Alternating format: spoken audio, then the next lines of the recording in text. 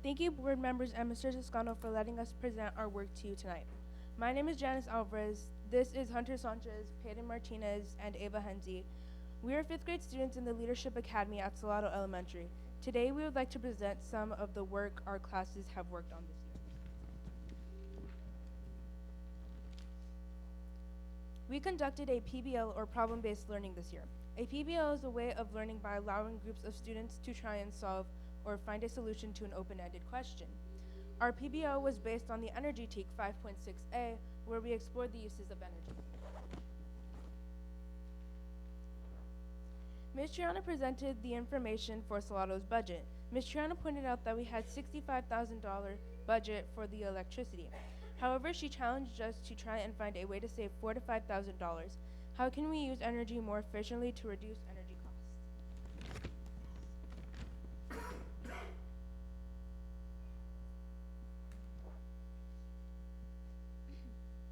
This is an interactive word wall where we investigated how different forms of energy are used and produced.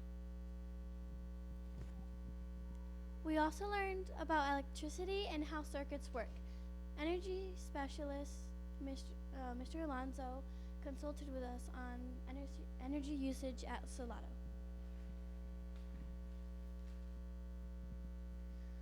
Our class went in teams and mapped out the hallways and rooms we were assigned to find different devices that use or produce energy. Here you can see a map of C-Wing. We found devices that were using energy and producing energy. We, of course, were especially concerned with electrical energy usage. The main sources of electrical energy used were iPads, Chromebooks, and computers. There were also lights, projectors, thermostats, and more devices. Here is one of our groups mapping out C-Wing hallway. We found that there are already many features installed into our new building for energy conservation, such as auto shut-off lights. Of course, there were things out of our control, such as type and amount of insulation used, and the type of glass used. On the other hand, we did see things we had control over. For instance, we still found rooms with lights on, projectors on, but no one in the room for more than 15 minutes. We needed to remind students and staff members to be watchful of their energy usage. Along the way, we learned about phantom energy. Phantom energy is energy being used when an electric device is turned off but still plugged into the wall socket. Even though the device was off, it was still drawing energy. Although it was a small amount of comparison to the rest of our energy use, if there were enough devices, we felt we could make a difference. When we heard about phantom energy, we had an idea to unplug devices that were using unnecessary energy. We found an approximate number of electronics in various classrooms and wings. We use these formulas to calculate the cost. We used to Excel the input our formulas. We found out how many watts these devices use when they had to calculate kilowatt and kilowatt hours in order to calculate a cost. We use estimation values in our results. At first, we thought, what if we shut down and unplug all these electronics over long breaks such as Thanksgiving, winter break, and spring break? How much would we save? According to our calculations, we found that the savings would be approximately $800, not close to the $4,000 Ms. Triana asked for. We thought maybe we could include all weekends as well. We came up with a saving of approximately $3,000. Awesome, but still not the $4,000 Ms. Triana wanted. So we went out into the school again.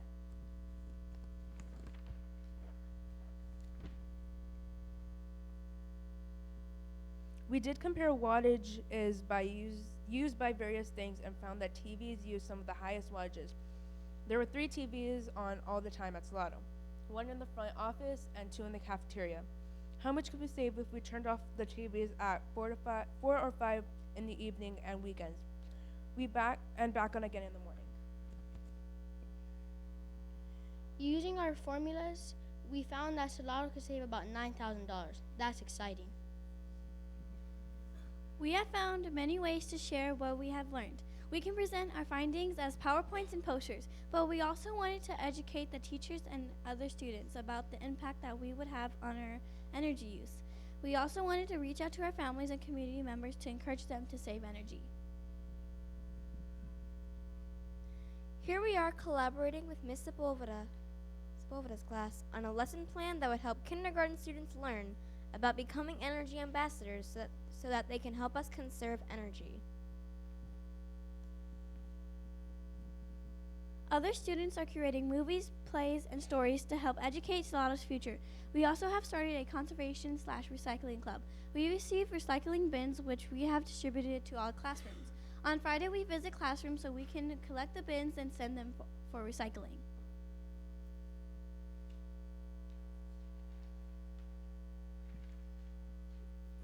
Here are some of the ways that we will continue to teach classes and other students about. Turn off the lights. Turn off the TVs. Unplug electronics when charged. Unplug appliances, coffee machine, microwave, etc. Use natural lighting.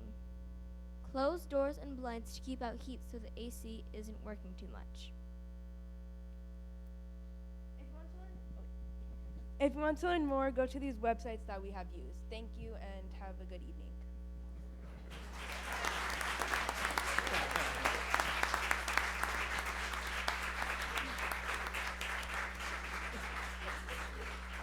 So as you can see, much learning was going on with this, and this is one of their PBLs they did that did focus around that teak. But as you can see, there's the science, there's the reading, there's the math, there's everything that's going on. And they did, it was hilarious because they were running around the campus trying to find, they have little magnifying glass on all the devices saying, this is a bad one, this is a good one, this is a, and so we're like, what is going on? And so they put all this work together and showing what they're learning. And you can talk to anybody in those Leadership Academy classes, and they can tell you exactly what they learned and what they can do. We do want to thank Ms. Kilgore, who did work with them. She's one of our 5th grade Leadership Academy teachers. We do also want to thank Mr. Pettis, who's the other 5th grade Leadership Academy teacher who worked, and these students are from both classes. And so like I said, there's that collaboration. There's also the collaboration with outside sources. They got Mr. Alonso to come in.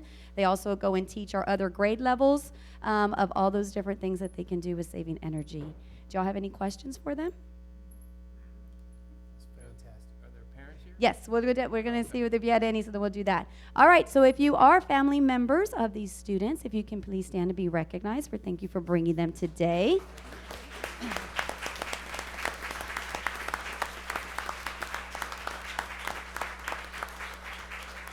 All right, and just watch out with these students because they're going to be doing great things in the future. And we have a little token for y'all today. Thank you for all the hard work. That was very educational. That was every little bit counts. That's right.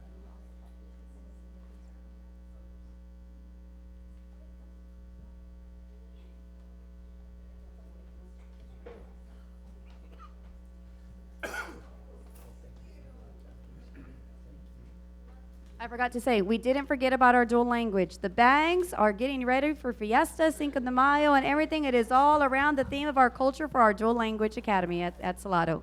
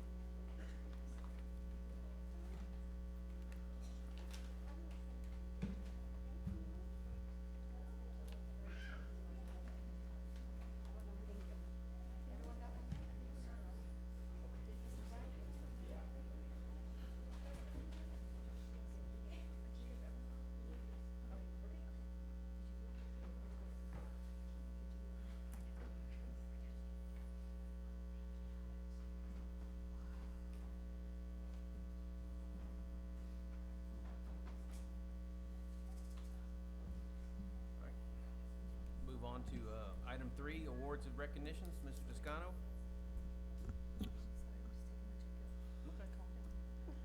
Hurry up. Everybody's Yes, waiting. sir. We'd like, if you don't mind, to recognize some employees across the district for some exemplary accomplishments and work, as well as an outstanding PTA from Heritage. And then at the conclusion of that, we'll take a short recess. And so if you just give us a few more minutes, we'd greatly appreciate that. Good evening, and thank you, board members and Superintendent Toscano, for recognizing some great staff members this month in accordance with our district's values. First, I would like to introduce Charlotte McReynolds and Dustin Brightup for demonstrating the value of teamwork. Come on up. They were nominated by Kristen Jefferson in Curriculum and Instruction, Charlotte and Dustin, while working their full-time positions in the district as a Social Studies Instructional Specialist and BCLC Administrator, respectively, stepped in as the interim principals at Highland Forest. This required them to come together as a team to ensure the campus is being supported in their mission to provide an exceptional learning environment for all students while the principal was on maternity leave. Congratulations.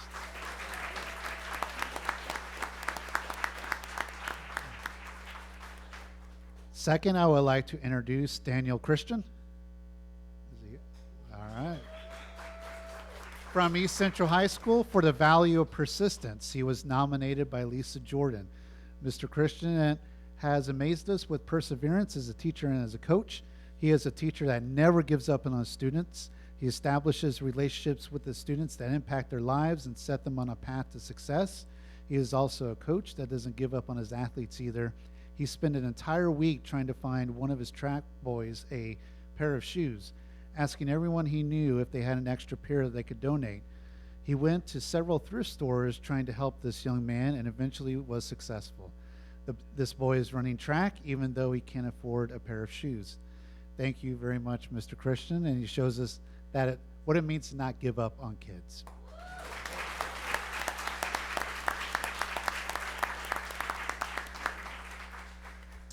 Next, I would like to introduce Tammy Polson from Oak Crest Elementary for the value of adaptability. She was nominated by Roger Lawson. Tammy is an amazing special education teacher who works hard for the students of East Central, and she gets results. Tammy's school day starts at 5:30 a.m., always the first teacher or staff member to arrive. When not teaching a class, working in small groups, or advocating for her students, you might find her caring for their social and emotional needs. This is typically done through relationship building at lunch, bunch, or talking with kids at recess.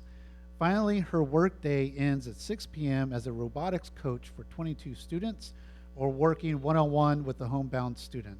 She is truly a role model for other educators and most deserving of this recognition. She always puts the needs of her students first and never ever gives up. Congratulations, Tammy.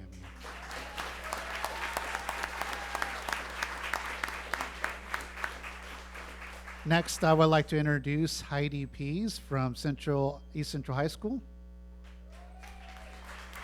for the value of personal accountability. She was nominated by Dr. Amanda Holman. Mrs. Pease is an outstanding leader and holds herself personally accountable. She noticed some concerns about students not following the protocols for crossing the street. Instead of pushing the responsibility on someone else, she rallied her teams and developed a rotation of duties to prevent students from improperly crossing the road. Congratulations, Heidi.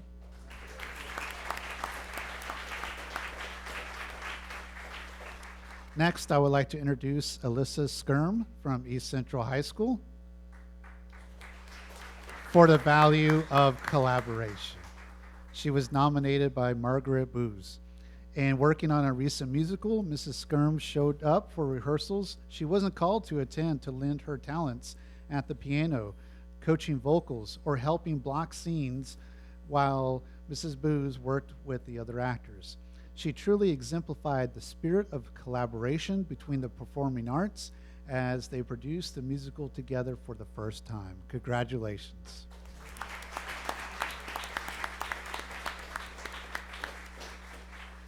And last but not least, I would like to introduce Corporal Roy Mora from ECPD.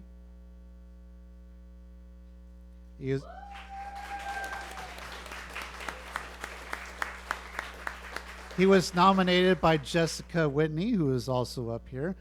On November 19th, Jessica had a fire underneath her bus. Corporal Mora was the first officer to respond to the scene. She did not know there was a fire, only smoke coming out from under the bus. As soon as he arrived on the scene, without even thinking of anything being hot under the bus, he laid on his back and went straight underneath to work on it. That is when he saw the flames coming out. He grabbed the fire extinguisher and went right back underneath and put out the flames. He didn't have to go underneath the bus, but he chose to, even though he could have gotten burned by the exhaust or something else. His quick actions show how loyal he is to our district and our students. Congratulations, Corporal.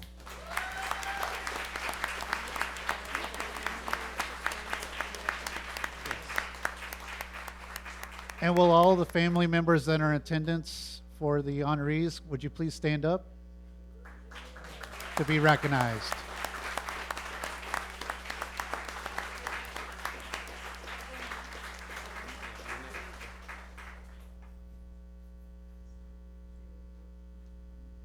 Good evening, Mr. Massengale, Mr. Toscano, school board members. In August 2019, Heritage Middle School was recognized as a National PTA School of Excellence. This recognition was only given to 326 schools nationwide.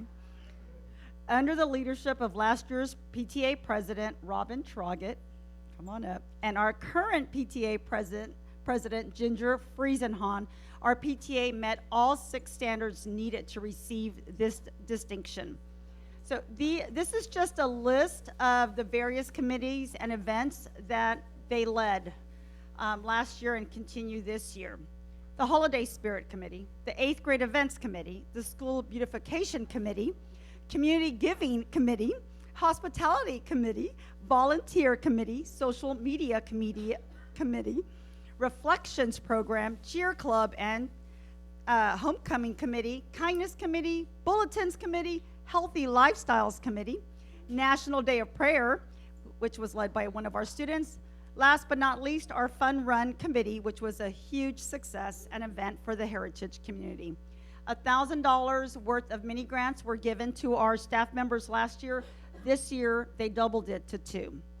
We earned the Golden Apple Award last year for 100% membership of our faculty, and we earned it again this year. So this is only a short list of the amazing culture and legacy that these 2 ladies have set forth for our future PTAs.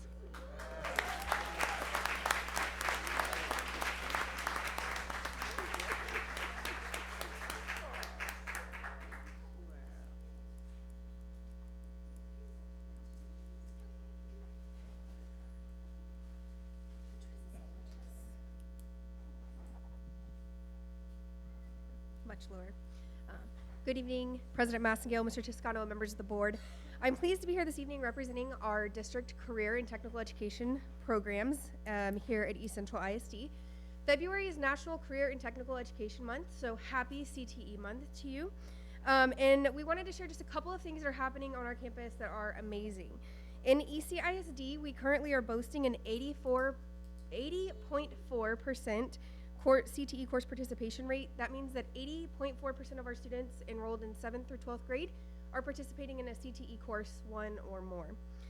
We currently offer 26 state-approved CTE programs of study that span more than 105 courses for students to choose from. ECISD also employs 37 full-time career and technical education instructors and 5 additional staff who either teach CTE courses part-time or they teach their skill part-time and then leave to go back into the industry. An example of this is our fire science instructors. Both of those men are full-time employed by the San Antonio Fire Department. They come teach our students and they go back on their shift days to their assigned station. Our instructors are also generally industry professionals that have come to us, and many of them stay employed throughout their education profession with their skill. An example of this is Miss Whitney Waddell. She serves as a nurse on nights and weekends. She also teaches for colleges.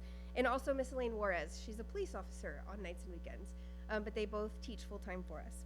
We strive to build post-secondary ready students who are productive citizens of society, and I'm happy to tell you that our CTE programs are doing that for our students. This past school year, we had students earn 364 industry-validated credentials that they could take directly into the workforce. We currently have 193 students that go out every single day to 16 business and industry partners locally to serve in paid and unpaid practicum experiences. And I want to share with you that on January 22nd, we had a career expo in partnership with the high school. And one of our students, Miss J.C. Nixon, actually is a certified nursing assistant. She works for a nursing home here in town. She was actually at that event to recruit employees as a recruiter. So she's a high school senior, employed, recruiting for the company she works for. It was really exciting to see that. We also realized the value that intracurricular and extracurricular programs play in student success. So we're proud to offer 6 of the 9 state-recognized career and technical student organizations for students to participate in. We had 70 students last year who competed at the state level. We have 19 students competing in McAllen this week. Today, they're there. We have 21 students going to Galveston in a couple of weeks, and we're waiting results for the rest of our students to find out how many more we'll have. And just a few more things to prove that we're the best, if you didn't already know that. We are the only school district in San Antonio to be offering a letter of intent to interview to our students who go through our education and training program, complete the program, and will graduate from college. And we'll do that the first year for this year. These students are also being trained by our substitute management system, ESS, to become certified subs upon graduation. So when they walk the stage, they'll be able to give back to the community, serving as substitutes, and work their way through college. We send all of our culinary practicum students to the Henry B. Gonzalez Convention Center. So if you want to talk about them learning execution, they're doing a great job there. We also have developed the model that San Antonio is now using for student internships during the summer. These are paid internships. We offer 17 to students in district where our phenomenal employees are training our students for post-secondary careers. I'm here tonight to do 2 things. First of all, to thank you and share that information with you. And second of all, to recognize 3 of our instructors who have gone above and beyond to earn an industry certification that they're actually offering their students. So the first I'd like to recognize is Miss Heidi Pease. She's a health science instructor at East Central High School. She actually started a pharmacy technician program for us. We send students to Walgreens and a couple of other pharmacies. Ms. Pease took the time out of her summer to become a registered pharmacy technician so that she can train our students as well. So.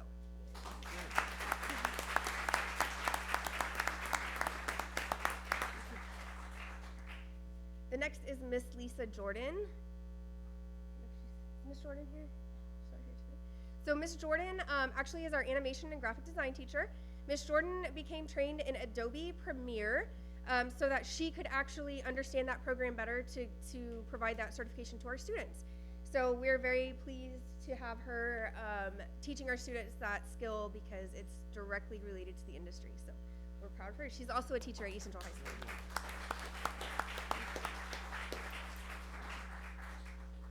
And then last but certainly not least, Mr. Hawthorne in the very back. I'll talk about him on his way up. Mr. Hawthorne is actually brand new to CTE. He's teaching our manufacturing engineering program, and he is also the head of the very famous only champion of the Alamo City Electrothon because we've won it every single year he's been doing it. So that's exciting. But Mr. Hawthorne actually earned his AutoCAD certification. It's an engineering program that students can become certified in. He took a course on his own time over the summer, became certified, and now he's able to offer that to our students. So we're very proud of those instructors. So there's a bag that we provided you as well with some goodies from our students. They created these. I saw Mr. Hawthorne giving you guys some cool little keychains there. So those are all items our students have created. So thank you.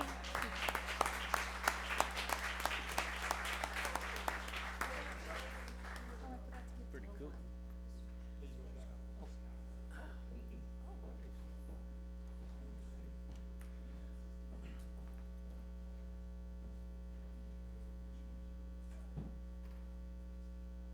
Okay. Okay. You want me to announce? Or just, that's okay. I'd like to introduce Mr. Moreno and Mr. Setien. Mr. Moreno and Mr. Setien are with Suchin Associates, a structural engineering firm here in the San Antonio area.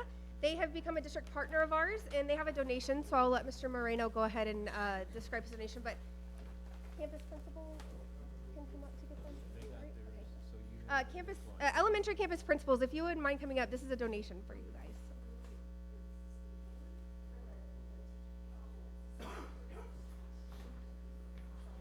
Good evening, everyone. My name is Nehemiah Moreno. I am the education consultant for Suchin Associates. We are a structural steel engineering, detailing, and fabrication company in Schertz, Texas. And this is the owner of the company, Domingo Setien.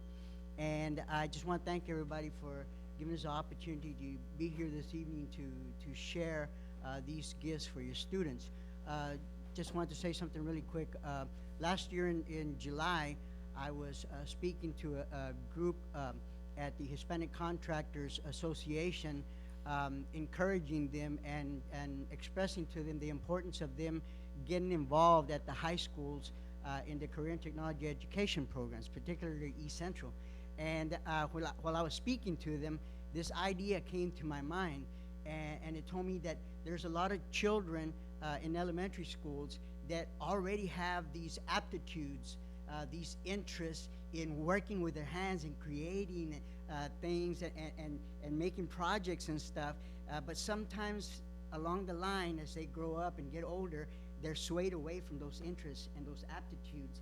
And you know, they're told, you know, right now there's a big shortage in the construction industry for skilled workers, of plumbers, electricians, welders, and even engineers and stuff like that, you know. And a lot of times these students are swayed away from that because they're told those are not good careers. And I thought, you know, I would like to do something to help help those students that have those interests. And it came to my mind and said, you know, buy some construction related children's books and donate them to the schools. And I went with the idea to the owner of the company, Mr. Domingo Setien, and I have been fortunate enough that Mr. Setien has the same vision that I have, and we share the same dreams in helping to educate and train the next generation of skilled workers. And so he told me, go out and buy those books, and then find schools that will take them. And then I was talking to Dr. Holman about this, and she got very excited about it, and that excited me. And she said, well, let's do it. Let's find a way to do this. And that's why we're here tonight. The books that we have in here for you, in particular, have to do with our industry, which is structural steel and building buildings. And you know, our hopes is to generate more interest with other companies and to get them interested in going out to the schools and reading to these children. In the back of the book, there's a little project where we'll build a little house and stuff, and there's also my card. If any of y'all want me to come and read the book to your children and you know, do this project with them.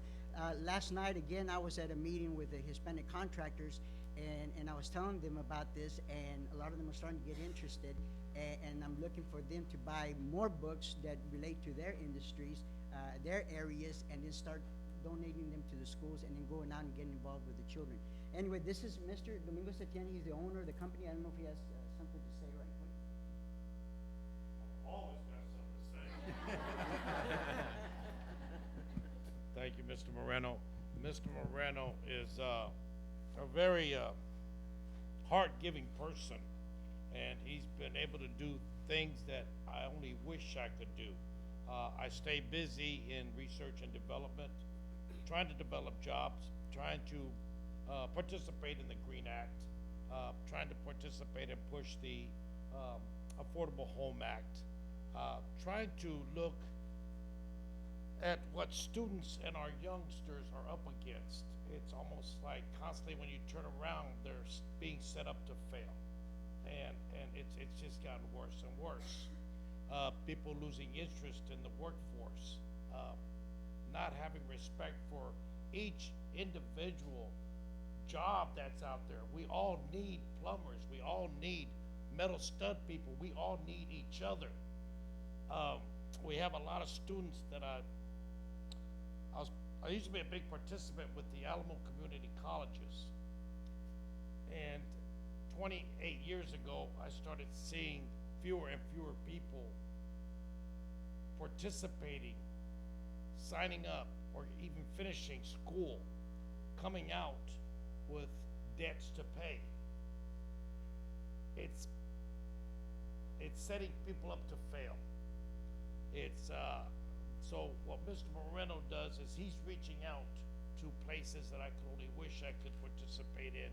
So together we make a good partnership. We have young students that I was trying and working with starting 30 years ago that were doing well with Revit and upcoming AutoCAD. Everything starts with drafting. Everything starts with at the source of software that came out. And from there, that's what our company does. We have civil engineers, we have surveyors, we have structural engineers, we have welders, iron workers, we have S&I, welding and fabrication. If you Google up our group, you'll see what we push. We bring in students from schools and offer them a position in the company to come and see what you like. Every child has the tools. Every child, every individual in here has a passion. And sometimes they're not directed to follow that passion.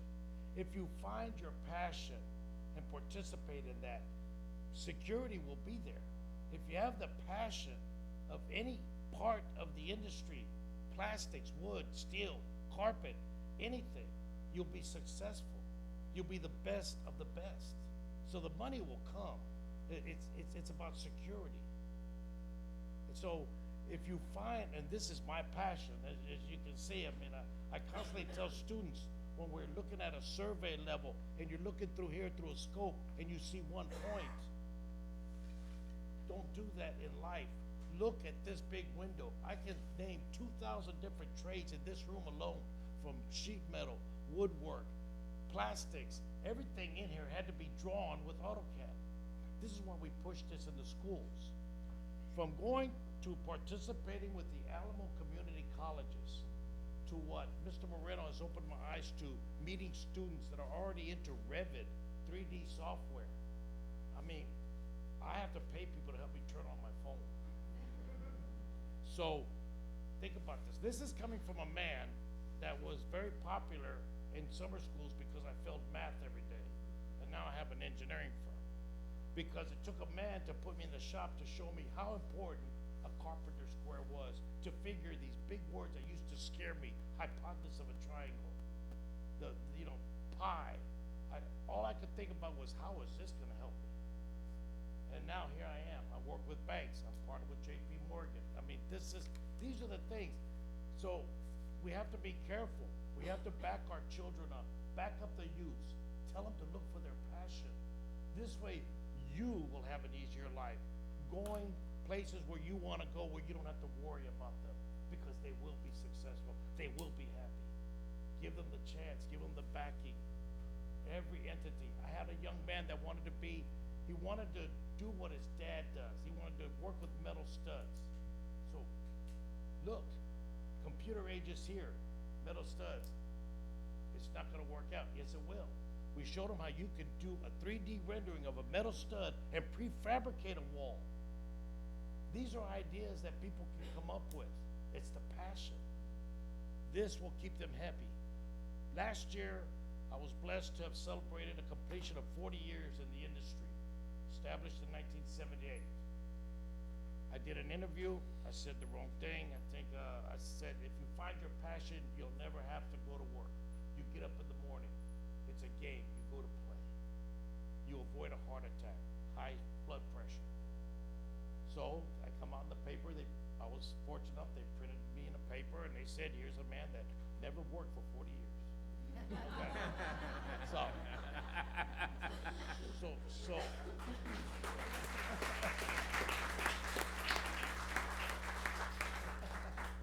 So if all things aside, look at your kids, help them find their passion. I was blessed to meet a man that parked cars in 1992, and he asked me to help him build his family's tamale manufacturing plant, which is nothing more than the outskirts of Alvin, Texas, to help build tamales, and his name was Joey Mendiola.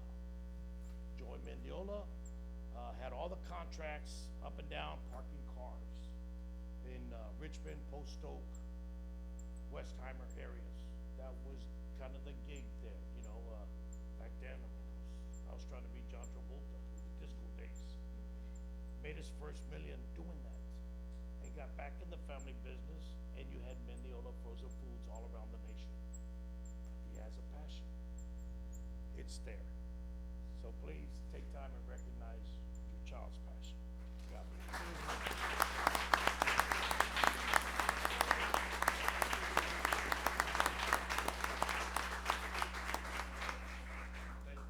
Thank you.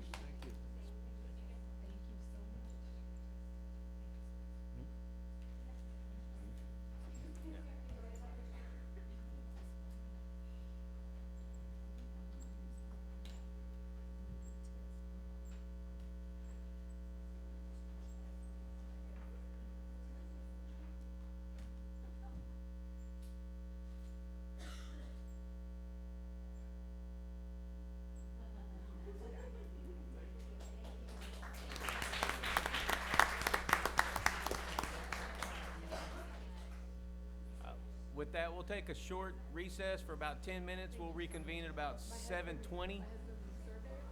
So everybody can go do what they need to do, grade papers and all that good stuff. Wow, wasn't that fantastic? Yes, absolutely. That is awesome. You know, whenever you think things are not going right, you hear something like that, it makes you really feel like, man, we're doing something right around here. So, and I agree. What? A lot. A lot? Yes, sir. And I agree. We are the best. Yeah, absolutely. And it's because of all y'all. Thank you. So let's move on to, well, we just did public comments and words of record. So let's move item 5, Superintendent's Report. Mr. Toscano. Yes, sir. This month's personnel report is in your electronic packet, trustees, on page 10. Please let me know if you would like any additional information regarding any of those employees in the report this month.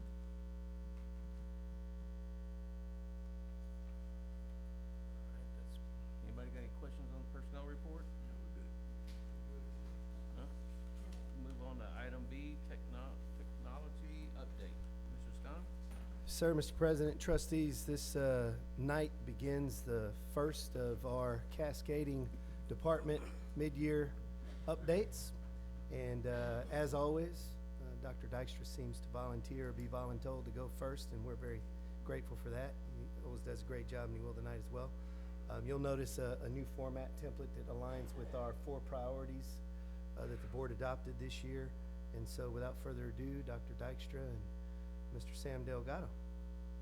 Good evening, Mr. Massengill, Mr. Toscano, board members, visitors. We appreciate the opportunity to come here tonight and talk to you about our progress on our improvement plan. And we do like going first because for that one moment, we are the best until the next one comes. We're good with that.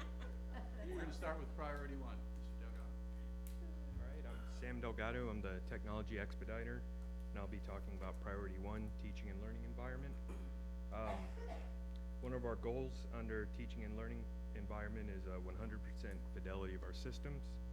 As the expediter, I monitor our largest system, which is the work order system, and review analysis regularly with each campus technician to help them in their role out on supporting their campuses. You'll see on the slide, there's a couple of examples of data I review with each technician. The chart on the left shows the percentage of time each technician spends on each of their job duties in a week. And the chart on the right shows the percentage of work orders each technician closed in a month. In addition to regular meetings with the technicians, I also review my analysis with Dr. Dykstra weekly in order to implement professional development plans for each member of our staff. Dr. Dykstra then meets with each member of our staff 3 times a year to review their development needs and progress. Okay, priority 2, high performing and engaged workforce. One of our goals here is to successfully meet 80% of our annual result measures by implementing our continuous improvement plan. And so we have a lot of meetings, as Mr. Delgado mentioned, weekly meetings, and we meet with the different teams, the data team, the network team, and he meets with the campus technicians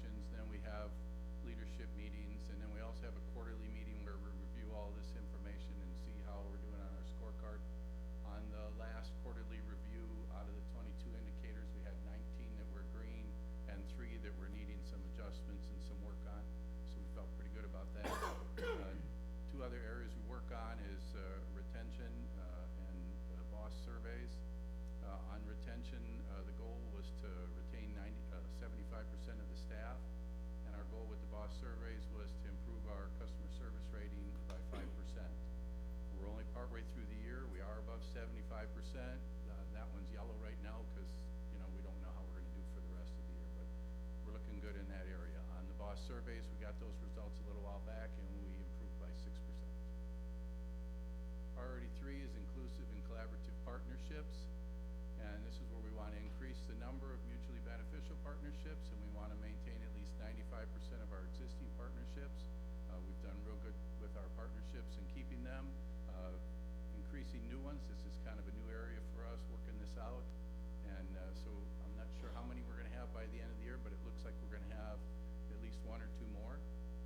One of our top vendors that we work with right now is Computer Solutions, and of course they support the gala. They contribute to a lot of fundraisers, and occasionally they donate time where they help train some of our staff for us in certain areas, which can be real beneficial when they come in and do some contracting work for us, and then teach us a little bit on the side how to maintain it, so we actually don't have to keep going back to them for every little thing. Priority 4, resources and operational excellence. This is about maintaining asset management and evaluating our budget to make sure it aligns with our needs assessment. And we have some meetings that we do every week, like with my secretary on the expenses and with the expediter on resources that the campus technicians need. We also take a look with the network staff, service staff. They bring to me every week a report that they generate and shows resources that they've used or that they need for the future. And then long term, we take a look a lot in our grant, and this is one area where we really want to thank the board. Last year, for example, you supported us when we were applying for one of our government grants, and because of your support, this year we're almost done with installing over $500,000 worth of network upgrade, and about $500,000 of that is from the federal government. We just received word a little while back that they're going to extend this program for 6 more years. So we're looking at about $500,000 this coming year and $450,000 a year after that. We'll be coming back to you and seeing if that's possible for us to be able to do that. Overall, the new improvement plan process, we really liked it. It gave us a much better focus on our continuous improvement, and what we found is we've been able to do a lot more of the small adjustments throughout the year as we're going along. The accountability was way more clear all the way down to the individual staff member level. So we really like that. The staff is more involved in the process, and so we really appreciate the new improvement plan process.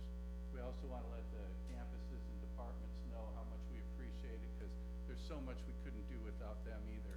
Just this week, for example, Mr. Delgado was going around doing an upgrade, and every single principal he talked to was able to work something out with him in a short period of time. We really appreciate all of that help. Any questions?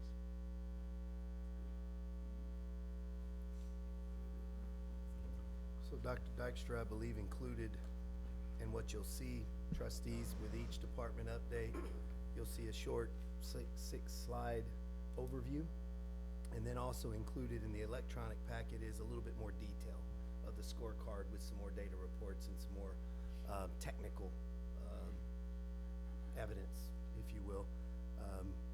In our next presentation, there'll be a hard copy of that more technical, detailed report. And what we're essentially trying to do as an organization is get a little more clear with accounting that is inward-facing, very technical. It drives our decisions and our work, but outward-facing, edu-speak doesn't connect with the public.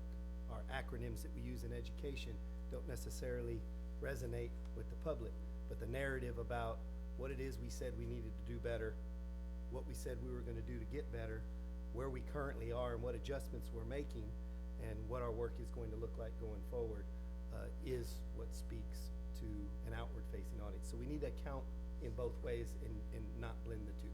And so we're attempting, this is our first rattle out of the cage, and so that's why you see the larger detail disaggregated from the high-level overview. And so, thanks, gentlemen. Any questions? I have a quick question. You know how we, every once in a while we have to update, our bandwidth and things like that. Does this money cover all that kind of stuff, or does it just cover equipment, or, All is pretty big for us. That's quite a bit. Just to give you an idea, like for our internet access, you can be talking $100,000 a year So the $500,000 that we're doing this year has made a huge impact on like our core equipment. So when the internet travels through the district, that equipment is what we're upgrading with some of this money. So those are the kind of things that don't get seen a lot. And so that's a good use for the grant money, because when we go to budgets and we have budgets for the campuses, if it's something they can see, people understand that real well. But that stuff behind the scenes, that's a little bit more difficult to explain. And so the federal government has got some money specifically for that to try to make sure that that internet gets down to the students everywhere as much as possible. So it makes a huge difference for us, these grants on that end.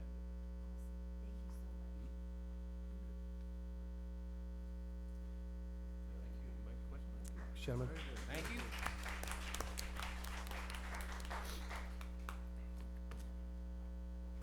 We'll move on to item C, communications update. Yes, sir, Mr. President, trustees, in an effort to effectively communicate mid-year progress, our new Director of Marketing and Communication is going to provide the board an update on his department's progress this year. So, Brandon?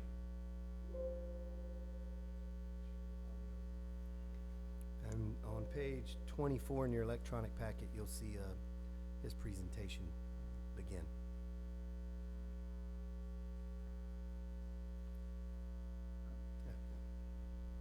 So good evening, and thank you very much to the board, trustees, and Superintendent Toscano. I hope you'll enjoy this presentation. One of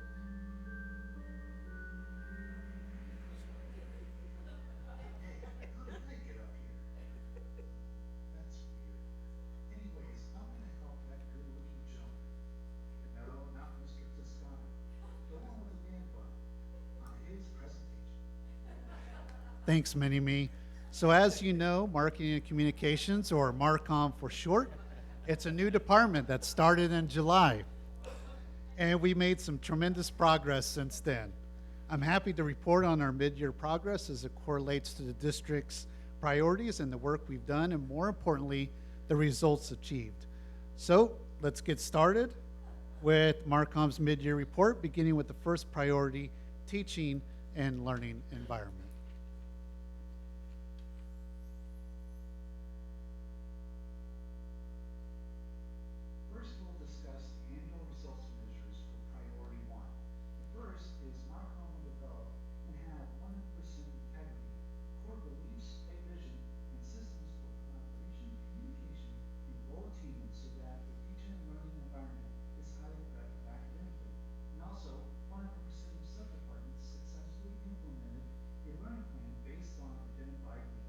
So MarCom conducts leadership meetings weekly along with the Daily Huddle, which is a brief 10-minute meeting every morning to discuss the day's tasks, obstacles, and determine whether team members can help. These consistent meetings keep us on task and not allow things to slip into the cracks and identify possible barriers. MarCom has also held trainings for both our department as well as for the entire East Central staff, and we continue to monitor our progress with a key performance indicators report. Priority 2's annual results measures are that SCE successfully implement a continuous growth plan by achieving 80% of annual results measures and retaining 90% of staff. So our key KPI reports tell a story about our communication efforts. For example, the district saw a 1,249% increase in the district's Facebook reactions from August 2018 to August 2019. In addition, the district's Facebook received over 61,000 reactions to its post in 2019. My staff of Lisa Stowler and I, who just walked by right there, are looking to the future and many years of success of our students and telling our story to the city of San Antonio through our campaigns. For example, this past year we led San Antonio eligible schools and a number of pledges in Alamo Promise. Marketing and Communications, this is Brandon. How can I help you? Well, for priority 3, we aim to increase the number of mutually beneficial partnerships and maintain 95% of existing partnerships to provide quality services at a great value. So one of the paramount goals since the inception of Marcom was to tell our story and develop strong relationships with the San Antonio media. I feel that our relationship is stronger. This was achieved through more personal interactions with media members and establishing a mutually beneficial relationship. As a result, media outlets are reaching out to us in regards to helping with their educational stories, and in turn, they are more receptive to requests from the district. This year, we also collaborated with Key Ideas to produce an updated district highlight video, which can be seen at ECISD.net.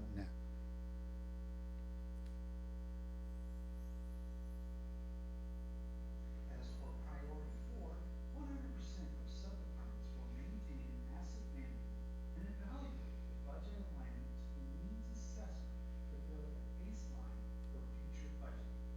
So Marcom will continue to measure the effectiveness of our strategies both prior to my hire as well as the past several months and into the future. These measurements will be based upon metrics of actual viewer and readership, as well as assessing the actions derived from that readership and viewer. Awareness is vital, but as equally as important, if not more so, is making sure that we connect with our target audiences and establish a connection with our brand and commit to an action.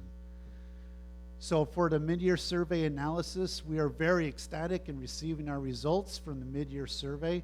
We feel that the positive results show that an investment in a Marcom department was justified. Our KPI reports show a tremendous surge in our digital presence compared to the previous years, eclipsing those numbers by substantial percentages. We make our staffers feel valued because it goes hand in hand, the level of communications they receive from the Marcom department. There you see 3 examples, which are the revised web template for our website, which makes it more responsive and user-friendly, the Tides of Pride e-newsletter, which is disseminated every Friday to various constituents around the city, and a MidYear Report. That does it for Marcom's mid-year report. I hope that you enjoyed it. Everybody here in attendance tonight also enjoyed it as well. If you have some questions for me, I will be hanging out for the rest of the board meeting, or you can also email me at brandon.oliver@ecisd.net. We'll see you soon. There we go.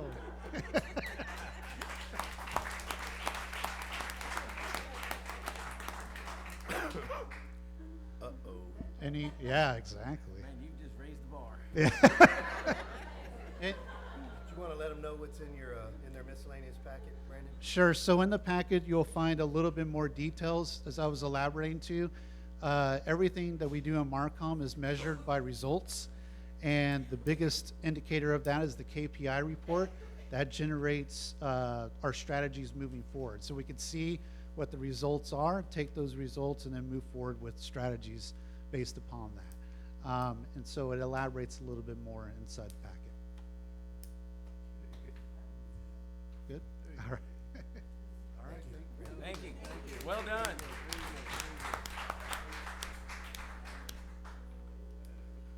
All right. Item D, update 114. All right, trustees. Update 114, as you probably noticed in your electronic packet, is extremely lengthy. It begins on page 31, runs through page 1061.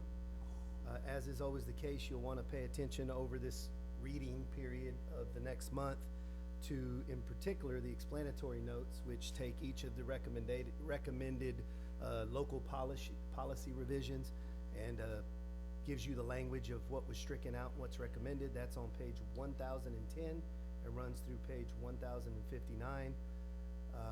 You'll also find that on page 33 in your electronic packet, there's a brief list. It's not brief, it's relatively lengthy. List of topics related to the local policies that have some recommended language changes. So you'll see things like public participation at board meetings. You'll see new language around financial exigency. You'll see language around partnership charters and student records, as well as requests for public information, just to name a few. So it's a pretty lengthy update, some very important policy recommendations to consider. And as is always the case over the next month, if you have any questions or would like additional information while staff are reviewing the details with respect to their departments, please send that my way, and we'll make sure that we do the research and bring you some policy adjustments to consider next month that include that feedback.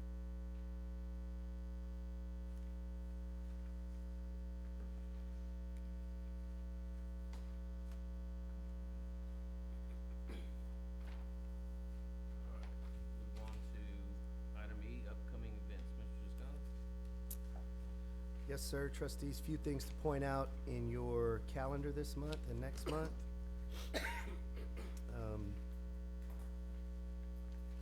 Not on your calendar, on the 25th, which is next Tuesday, we learned yesterday confirmation for our basketball team. Boys basketball team is in the playoffs, really having an exceptional year.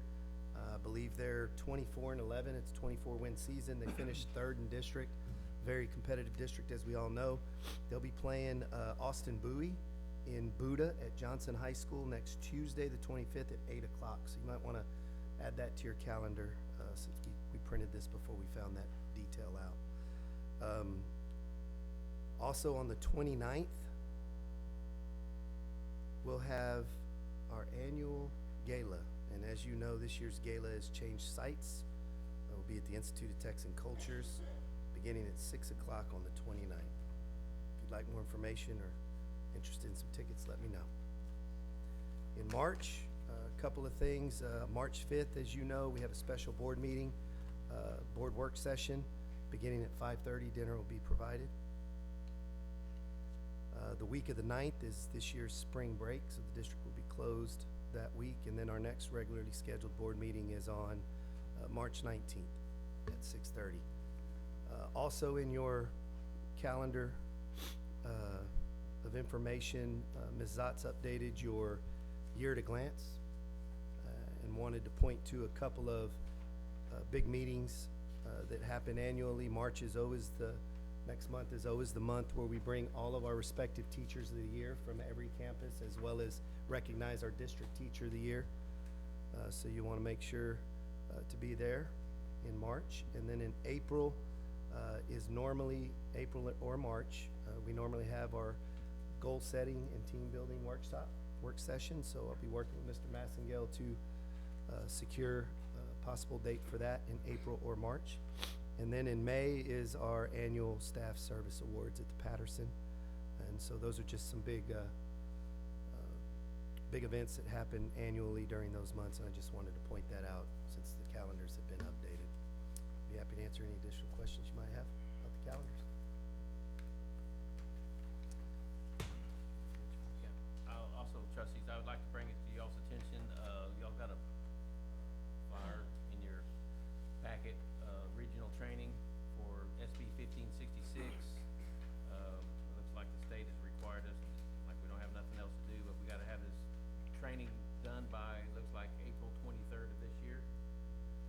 There's two dates that Region 20 has available. The first one being March 17th at Region 20 on 1314 Hines Avenue, and it's from 6 to 9. The second one is April 7th, same place, Region 20, 1314 Hines Avenue. I believe there's a few of us that gonna probably try to make the April 7th. So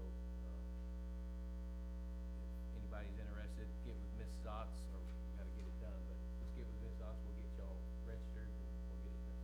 We'll do the training. So, but I'm looking at April 7th for me, and I think Mr. Bryan is April 7th, and Ms. Brazil, April 7th.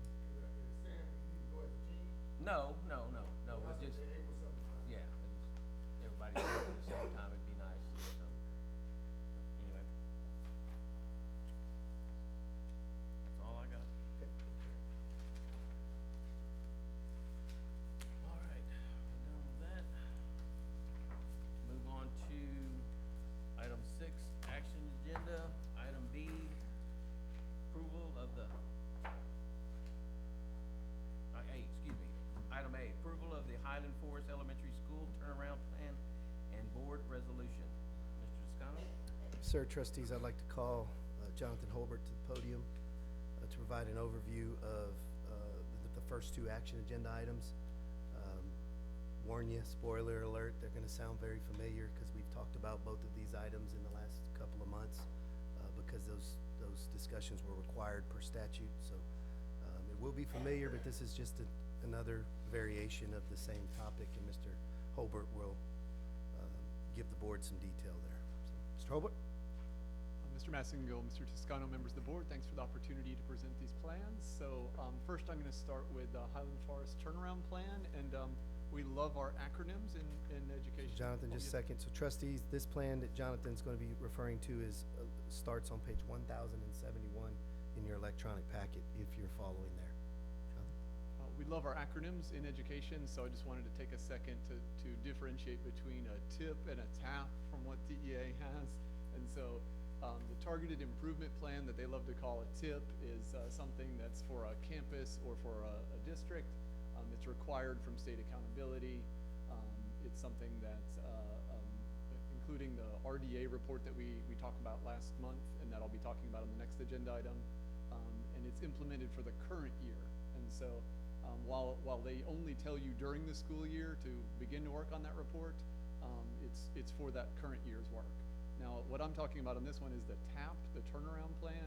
A turnaround plan is a little bit different. It's unique to campuses that had a second year rating of improvement required, and it's implemented for the following 2 years. And so it's not for the current year, and it's for those next 2 years, and it's aligned to the ESF, which is the Effective School Framework. And that's something that you may remember from this graphic that we showed earlier in the year. The correlation chart where we looked at all of our all of our systems from the community-based accountability system on the left over to the higher reliability systems to the effective school framework there in the middle, the ESF. And so it has 5 different pieces, and I just want you to see how they match up to the EC priorities, and then on the left how they match up to our community-based accountability system. And so while they're talking about things like positive school climate, that matches up in our CBAS to engaged, well-rounded students, safety and well-being. While a lot of their talk is going to revolve around lever 5 there, the second one listed about effective instruction, we think about it through the lens more of the community-based accountability system, the student learning and programs, and post-secondary readiness. And so you can kind of see how all this stuff matches up together. Now the advantage that we said with this whole process is that we're able to start this work in the spring, and then we really develop the plans in the summer, and then we can apply a lot of what we have to whenever they roll out new plans, and whenever they say, hey, what do you want to work on? We can already have a lot of the work done because our work is consistent with what they want from us, if that makes sense. So it's kind of the whole promise of correlating all these systems together in the CG process. And that's something that TEA has repeatedly kind of said, good job, that's what we hope people will do that people rarely do, and that's something that Region 20 is starting to recommend that other districts do as well. Okay, so in that effective schools framework, there are those 5 areas that we just saw, and it kind of further divides the last one, effective instruction, into 2 areas. It's data-driven instruction is part of effective instruction, and objective-driven daily lesson plans with formative assessment. Again, that's very jargony. What we're talking about there is knowing exactly what we're teaching and constantly measuring if kids learn that or not. And so those pieces were the heart of Highland Forest's TIP that we saw at the beginning of the year, the Targeted Improvement Plan. And it's still based on Region 20's audit of us. They said, no, that's what you really should be working on. So they spent weeks coming into the school. They came from the beginning of the day. They looked at how parents come into the school, to what's going on at lunch. They went in classrooms. They went to recess. They went to our meetings. They looked at how we plan together. They looked at how we look at data. And they did a comprehensive report on each of these 6 areas. And they said, what's your current status in each of them? And so that becomes the first part of the report. And then it kind of gives you a blueprint saying, hey, what should you be doing and how could it look? And so really the TAP almost writes itself in terms of you know where you are and you know where you want to be, and so it's what are those next steps you're going to take in each of those areas. And so again, our priorities from the Region 20 audit were those last 2 about effective instruction. and that we're taking those next steps in each of the areas. So in addition to this work from our leadership team, Brittany started the work before she went on maternity leave with the team, and then there's the teachers and the CG team working on it. They've brought in and asked for some input from parents. For example, per TEA's guidance, it's on their website where for the last 30 days it says, hey, we want to hear from you, and there's a link to the plan and for parents and other community members to give input. So there's multiple opportunities for other people to come in and give input. In addition to that, our Region 20 person attended our meetings and has worked with us closely. The last draft of our plan we sent into our Region 20 person. She gave us feedback on it. Our TEA person that we've worked with the whole year, we sent her the plan and she said, yes, you're on the right track. You're hitting the mark, and so we feel good about that.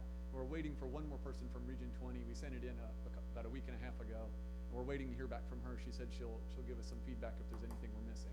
But I just want you to know that there's a lot of different people working together, collaborating on this thing, just trying to make sure that we've got the best plan possible. And so again, this TAP would only be implemented if they were to be rated improvement required again, and then we're required to do that work for 2 years. And if not, similar to other campuses that have gone through this process that didn't need to implement it, they feel like the work is so important and it's the most important stuff to be doing, that they're largely doing that work regardless of if we're required or not, because it's already embedded in our work. It's already what we thought was the important stuff to do. And so are there any questions you have about Highland Forest Plan?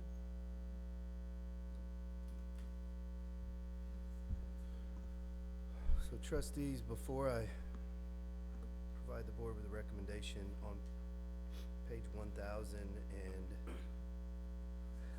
sounds crazy.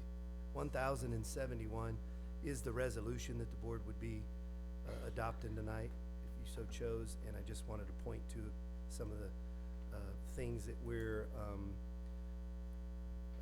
agreeing to as trustees and superintendent, and that's that we believe that Jonathan and Brittany have the capacity to implement the plan as written, and that myself and the board attest that if we were to change leadership along the way or something was to be different from who we wrote into the plan, that we would notify the agency. In addition to that, that we did get feedback or allow for feedback and input from a wide range of constituents to include community partners and parents. Also that that the plan provides clear focus and urgency, which Jonathan pointed to the areas that we were prioritizing and focusing on here this evening. And then lastly, that we'll submit this plan to the agency once the board has adopted a resolution. So that's the language that's in the resolution that the board's considering this evening. All right. Good. So, Mr. President, I recommend board approval of the Highland Forest Elementary School turnaround plan and board resolution as presented. We have a recommendation from the superintendent to approve the Highland Forest Elementary School turnaround plan and board resolution. Do I have a motion? So moved. I have a motion from Mr. Garza. Do I have a second? Second. I have a second from Ms. Del Brazil. All in favor? Aye. All opposed? Motion passed. Move on to item B, approval of the results-driven accountability targeted improvement plan. Mr. Toscano? Yes, sir. Mr. Holbert? So going back to a TIP, so this is going to be a plan for this school year that TEA has asked for. So I'm going to come down and just remind you that last month we presented the new results-driven accountability system. So that is a state accountability system that's a response to federal requirements that the whole state has to do. It's previously been known as the PBMAS, or Performance-Based Monitoring Analysis System, and they just came out with their shiny new report in January. And so again, in January they say, here's our new report, and you must make a report that's going to make changes for this school year. And so a lot of people are very nervous at that time of year, because you have to get together and start the work. Again, through the CG process, we already have a lot of those things in place, so we were able to draw from it. And I'm just going to kind of step you through a little bit of that. So looking through the CG process, if you think about it, we always say it's a cyclical process where you're examining your needs, you're identifying strategies, you're monitoring, you're implementing, you're monitoring some more, and you're making adjustments as you go along. If you look again at that correlation chart that we just saw a few moments ago, every department and sub-department made plans for all of the priority areas. So in this case, special education is making a plan, and it's aligned to all these different priority areas, and you can kind of see how that aligns to EC, and again, it matches the effective school framework we were just talking about, and how it matches up to the high reliability system. And then, of course, for us, the main backbone of this is really our community-based accountability system. And so I just wanted you to kind of see how those all go together, and remind you that this is something special ed started last spring, almost a year ago, looking at our data, getting real clear on it, making their plan. And I think you've previously already seen those CG plans. And so I just grabbed like an excerpt of it there just to kind of show you what those plans look like and kind of remind you. This is from Priority 1, some of the key areas that they were looking at. And then I'm just going to call your attention to a couple things. Like on the right, we look at each of those systems, and you can see that each of the actions I've chosen aligns to each of those systems. And so the core part of their plan. What's unique about our plan compared to what TEA is going to see from other districts this time of year is that they have their next steps in there. So TEA inevitably is going to call us, and they're going to say, how come you have next steps if you've just submitted your plan? You can't have next steps if you just started the work. And I'm going to say, oh, that's right. Well, we didn't just start the work. We've been doing this the whole year. This is something we started in the spring. And they're going to say, oh, yeah, that's you guys. We remember. You guys are just kind of ahead of the game. And you don't wait for us to come up with a report, but you're really engaging in the work. And that's right. And so I look forward to that call in a couple weeks. So looking at the template, I'm just going to very quickly just take what you just saw and show you.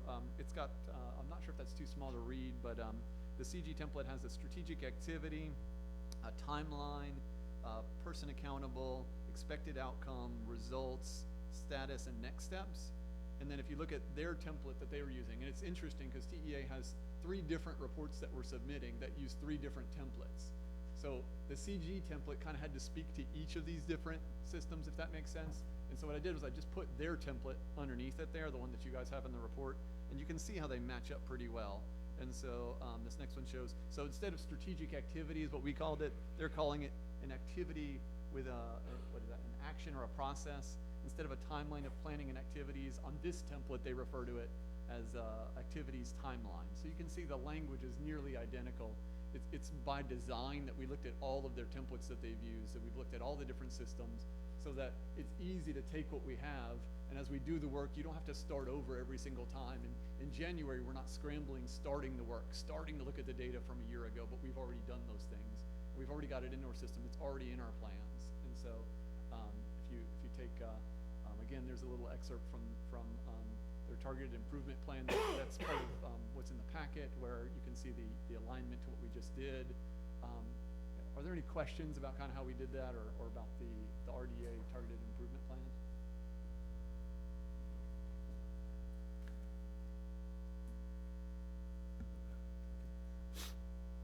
All right, Mr. President, I recommend board approval of the results-driven accountability targeted improvement plan as presented by Mr. Holbert. Thank you, Mr. Scannell. We have a recommendation from the superintendent to approve the results-driven accountability targeted improvement plan. Do I have a motion? So moved. I have a motion from Mr. Victor Garza. Do I have a second? I have a second from Mr. Steve Bryant. All in favor? Aye.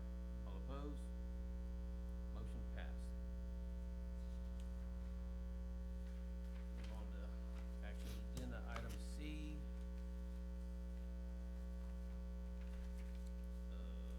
Interlogical agreement, ILA, between East Central ISD and other ISDs, Alamo Community College District, and the City of San Antonio. Mr. Toscano?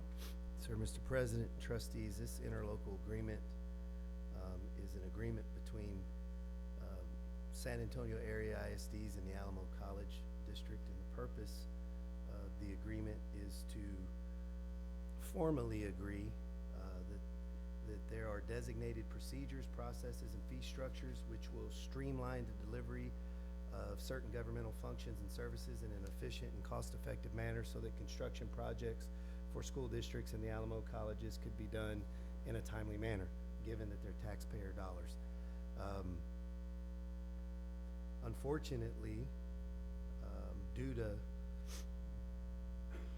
government code, school districts and the Alamo colleges are not considered state or federal organizations, municipalities. And so as a result, we're not exempt from those requirements. And so the city of San Antonio in good faith has worked with all of us to make some assurances that they would have a team for school district construction projects, again, that would streamline all of those processes so that they don't delay construction projects. And so we did notice during this last bond construction project that there was some disparity for sure when dealing with the county for permitting and the like when compared to the city. Hopefully this interlocal agreement will further streamline the process when dealing with the city. And we hope that the county will follow suit and put a team together that focuses on school construction projects that are in the county so that we're not delayed in our programs, construction programs. And it's a one-year contract, begins August 1 and runs through July 31st. And the board can allow that contract to be, or the terms of the ILA to be renewed annually, automatically. But at any point, the board could opt out of the agreement as well, and on an annual basis. So be happy to answer any additional questions. Of course, Linda, is there anything that I failed to mention? Okay, thank you. All right. Mr. President, trustees, I recommend board approval of the interlocal agreement between East Central ISD, other ISDs, the Alamo College District, and the City of San Antonio as presented. All right, we have a recommendation from the superintendent to approve the interlocal agreement between East Central ISD, other ISDs, and Alamo Community College District, and the City of San Antonio. Do I have a motion? So moved. A motion from Mr. James Mulkey. Do I have a second? Second. Have a second from Ms. Monique Priestley.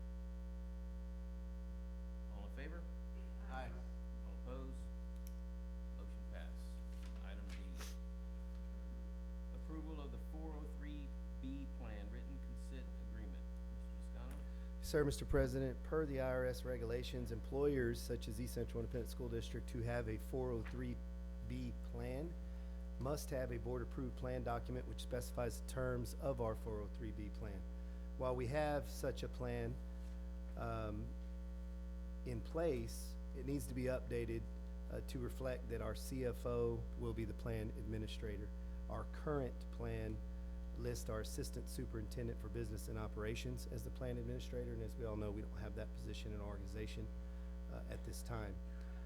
And so we're not out of compliance, but should we not adopt this tonight, March 31st is the deadline to provide this update of our plan document as administrators of, or providers of a 403B plan for our employees.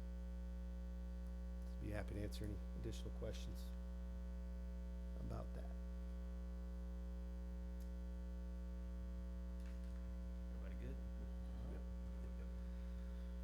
Trustees, I recommend board approval of the 403B plan written consent agreement to reflect the change from Assistant Superintendent of Business to the Chief Financial Officer serving as plan administrator as presented.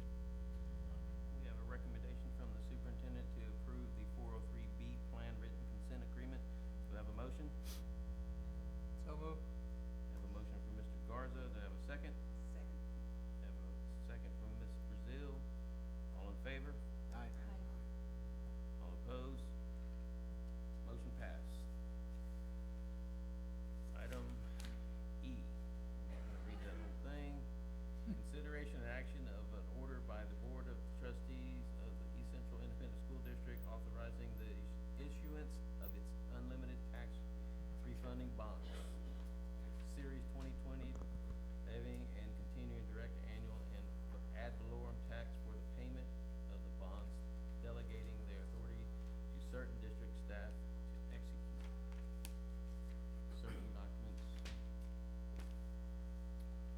sir, Mr. President. So with us this evening is Victor Quiroga, Financial Advisor for the district.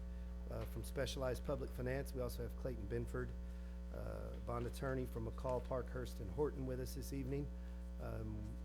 Your trustees are familiar with both of these gentlemen as they've worked with the district on bond financing and refinancing for many years.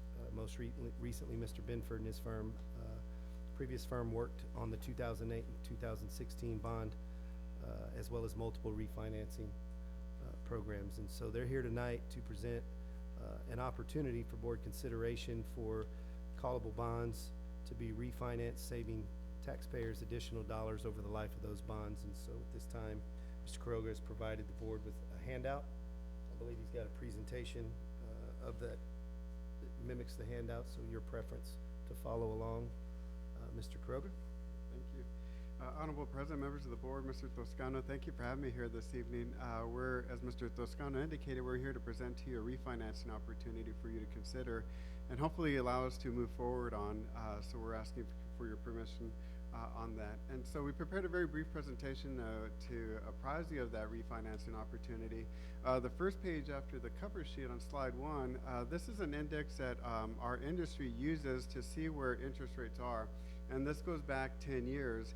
And so the good news is that on the right side where we're at right now, those figures are low. And as you can see there, that red line that's going through it, that's the current value right now of where interest rates are. And so in the past year or so, they've been continuing to go down. So it's very timely that interest rates are very attractive right now, and there's a refinancing opportunity to consider for one of your bond transactions outstanding. And so, as Mr. Toscano indicated, we have the Series 2010 Unlimited Tax Refinancing Bonds, and that one, the original bond was issued in 2002, but in 2010, we took the opportunity at that point to refinance a portion of those. So now these are callable. And so the way tax-free municipal bonds work is that they're highly regulated by the IRS. And so one of the relatively new rules and regulations and restrictions they put on municipal bonds is that we could only refinance those bonds when that eligible date comes about. And so the eligible date for the Series 2010 bonds is August 15, 2020. And so we could, under current rules, conduct a transaction and close on that transaction within a 90-day period of that call date. And so right now, there's a refinancing opportunity to save annual interest costs, and so based off of the call date of August 15, 2020, we hope that at the earliest we could lock in an interest rate on those bonds on April 21st, and then that'll set up a closing date of May 20th. And so this is an overview of the refinancing opportunity. Again, we've identified the Series 2010 bonds. The outstanding principal that we targeted for refinancing is $10,060,000. The final payment date on those bonds is August 15, 2027. The interest rate, if we were to do nothing, keep them as is, would be 5% interest rate. And right now, based on current market conditions, we're looking to hopefully refinance that and lock in a much lower interest rate of about 1.51%. What that'll do, that'll generate interest cost savings of about $927,000.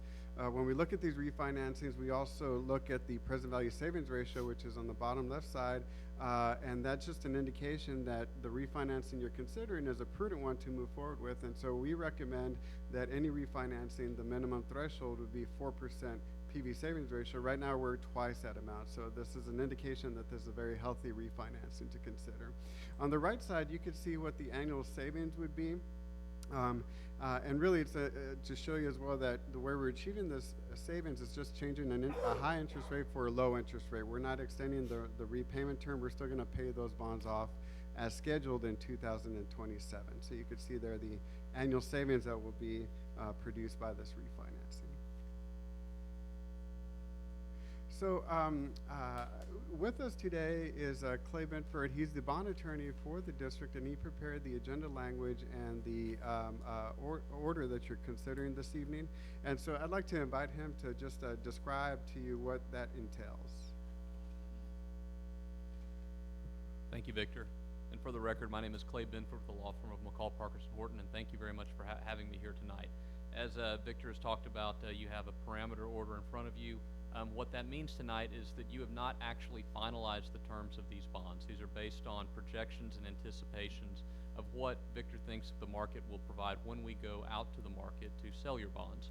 But in order to address the timing, meaning that we usually have to get to the market relatively quickly once we start planning, we ask for delegation in this form tonight. And the order is the action of the board that would authorize the issuance of the bonds. This is the one and only time that the board would see this item before we could actually sell the bonds. But what we do is we authorize Mr. Toscano and Ms. Burns to effectuate a transaction within parameters. And that means that when we go to the marketplace, we cannot issue more debt than is currently outstanding. We cannot extend the debt longer than the maturity that you're already obligated to pay. We cannot pay an interest rate over 3%. And we can only sell the bonds if the net present value savings exceeds the 4% recommended threshold. So the board has significant say in what happens, but it authorizes the professionals and the staff to go to the market and try and actually lock in and capture these savings. So what we would do is we would enter the market at the proposed time. We would lock in the interest rates, then we would complete the transcript of proceedings and submit to the Texas Attorney General's office for their review and approval and issuance of an opinion as to validity and enforceability, at which point in time the new bond proceeds are put into escrow and used to pay off the old bond the old bonds, which are then discharged and no longer an obligation of the district, and you exchange your 5% coupon for something significantly lower. Happy to answer any questions.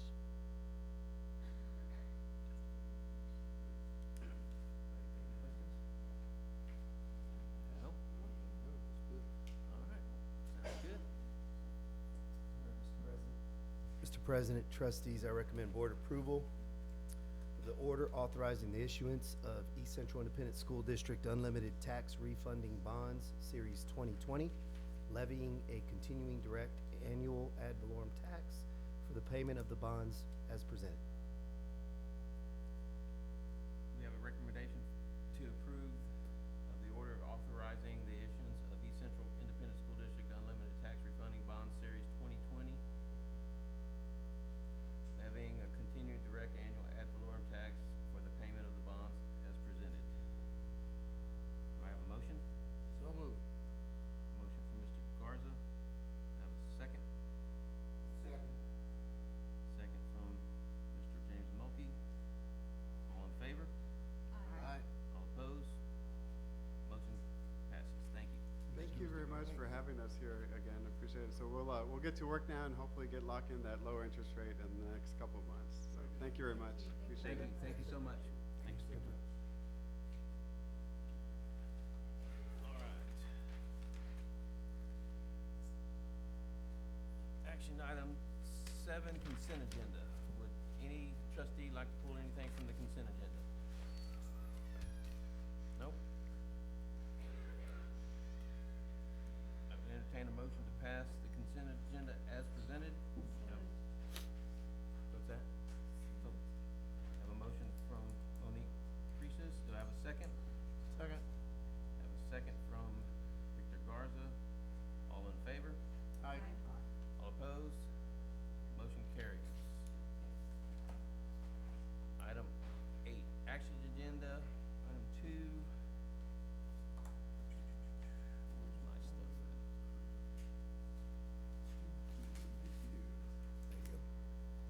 The Board of Trustees on February 20th, 2020, beginning at